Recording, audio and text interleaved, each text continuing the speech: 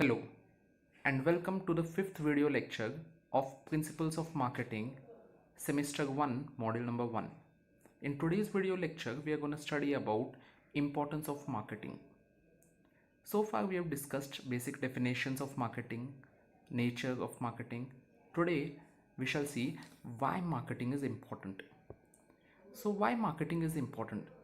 Basically, if you see some common things that you can understand about marketing is it is a link between producer and seller, that is producer and the consumer. Secondly, it gets some feedback information also from the consumers to the company, right?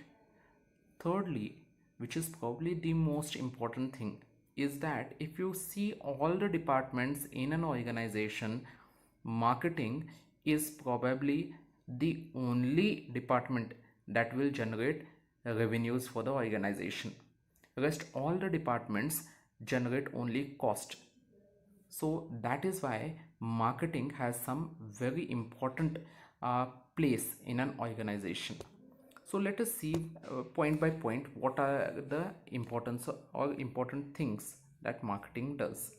As I've said, marketing is the only department in the organization which generates revenue, and from revenue comes our profits, and from profits comes our shareholders value.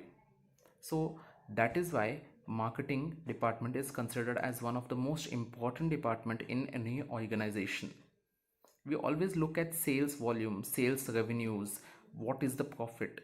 Everyone, whenever they want to invest into any company, they ask what are the profits, what are its sales volume, are they increasing.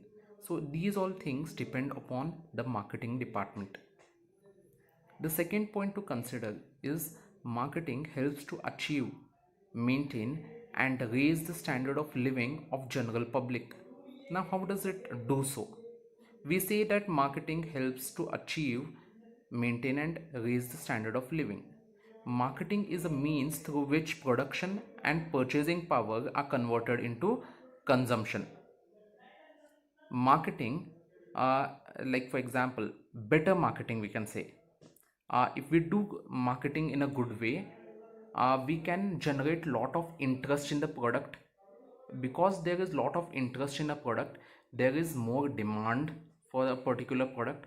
More demand means we have to supply more, that is we have to produce more, that is it leads to mass production.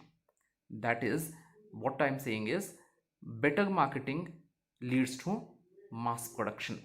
If there is mass production, then the cost per unit that is manufactured, mass production means producing in a very large quantity. You might have seen that if you produce any item in smaller quantity, the cost per unit is high for that. Similarly, if you produce any item in a very large quantity, the cost per unit is low. So that is why better marketing, as I have already said, it is leads to mass production, and mass production leads to low cost per unit. Low cost per unit means people can buy more of that quantity, or the buying power which is there with the people or general public increases. Because there is more buying power, there is high standard of living. People can afford certain things, afford those things, and hence if people can afford those things, they can purchase those things, and that is why there is high standard of living among general public. There are other points like marketing increases employment opportunities. We see there whenever we read any newspaper, there are so many ads requirements for marketing executive, sales executive, front office executive. So all these are basically marketing jobs. So what is happening is marketing is giving lot of jobs and employment opportunities to youth and public at large. Marketing involves various functions we have seen in a previous video lecture, which may be transportation, buying, selling, warehousing, financing, risk management, etc. And in all these functions, there are jobs related to this, and hence it creates lot and lot of jobs. These functions create a need for different specialization. People with different skills are needed to handle these jobs. about 30 to 40% population depends directly or indirectly on marketing. As from a survey it has been found out that about 30% to 40% people either are directly or indirectly related to marketing activities. Now, marketing increases national income. Now, how does marketing depend upon national income? We know that GDP, NNP, all these are calculated based upon the purchasing power parity. Now, what is GDP? GDP stands for gross domestic product. NNP stands for net national product. So what are these things? So GDP, to in a very simpler version, I would like to tell you, GDP is the total production or total value of all the products and services that are produced in a nation or in a geographical location of a country and in a particular year, that is financial year. So what are the total value of all goods and services that are produced in an economy. So now what happens in this is, uh, see, people have more purchasing power, so they will demand more products. Because more demand is there for a particular product, more production happens. Because more production happens, the GDP increases or expands. So marketing increases the national income of of the economy. Also, purchasing power has also increased because of marketing. So that is why it is not only that production has increased, simultaneously the purchasing power has also increased, and there is a balance between the purchasing power and the production that is happening. Now, a fifth point, marketing helps to maintain stability and development by maintaining demand supply balance. We know that there exists a demand supply balance. Just now we were discussing the point where the production, marketing does not only help in production, that is, it does not only help in increasing the production of a economy or production in an economy, it also helps in increasing the purchasing power. So there is a nice balance between production units and the consumers, that is the households, and that is why this balance is maintained by marketing. Similarly, if we see in this a similar kind of a point, which is our next point, link between producer and consumer. See, we know that marketing is a link between producer and consumer. The items that are manufactured in the factory are distributed through the distribution channel and brought close to the consumers. So these all things are represent a link between the factories which are producing the items and the consumers who are consuming the items that are produced by the factories. Also, we know that in marketing we have the distribution channel, that is the wholesalers, the retailers who come between the producers and the consumers. So this link is very important, not only for the flow of the products and services from the producer to the consumer, but also for the flow of information and feedback about these products and services from the consumer to the factories or to the producers. It removes the imbalance of supply and demand by transferring surpluses. Now, what do you mean by this? Now, suppose if you have many products and you have a surplus demand for any product or any brand, so what will you do?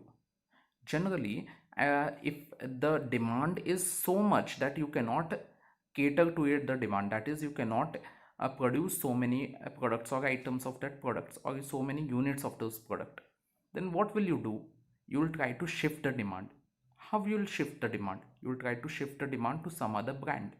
Now suppose we'll take an example which you can understand and relate to very easily. Suppose if you are going to a movie theater, you'll see the pricing in a very similar way in every movie theater or any multiplex you go. Sunday and Saturday, the price of the movie tickets are high compared to Wednesday pricing. Why is it so? Why? Because the demand for Sunday and Saturday, that is Saturday evening show, Friday shows also many times, if it is released on a Friday, then the price of those tickets will be high because people want to see that movie on whenever they are free, that is on Saturdays and Sundays.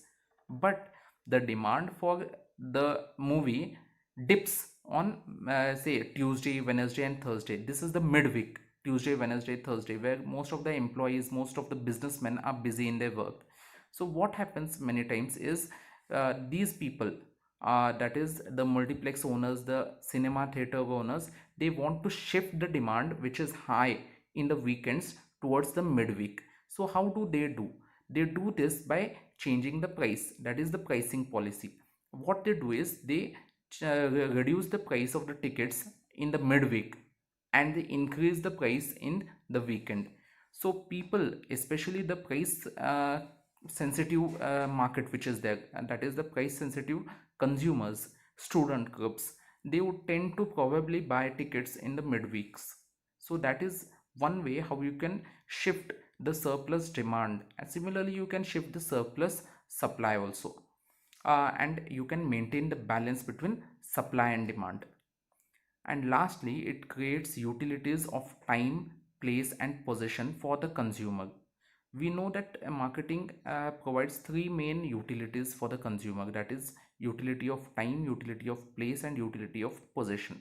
What is utility of time? Utility of time represents that suppose if you are a consumer and you want to purchase a particular item, then what will you do? You will probably go to the nearby kirana shop and purchase it. Suppose if you want to purchase sugar, so you will go to the nearby kirana shop or nearby whatever mall you have, or whatever place which sells sugar, you will purchase from it. Why? Because it saves time. It does not make sense that you go to the factory and purchase it from the factory.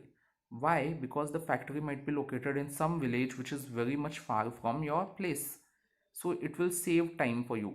It will also, what it will do is it will brand the product and it will give you a promise that brands, if it is a well-known brand, it is actually a promise to the consumer saying that the product that you are purchasing is of very good quality. Suppose if you purchase something like a branded product, you know that the quality is very good, so there's no need to search or no need to think much when you are purchasing, so it saves much time for you as a consumer. So that is one thing, that it provides time utility.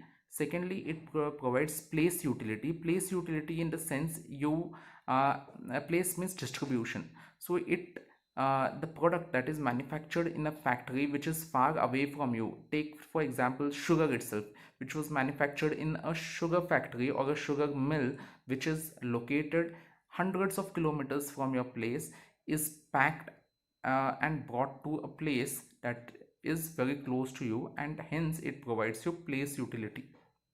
That is, it is distributed from the producer to the wholesaler, from the wholesaler it comes to the retailer, and from the retailer you can purchase it.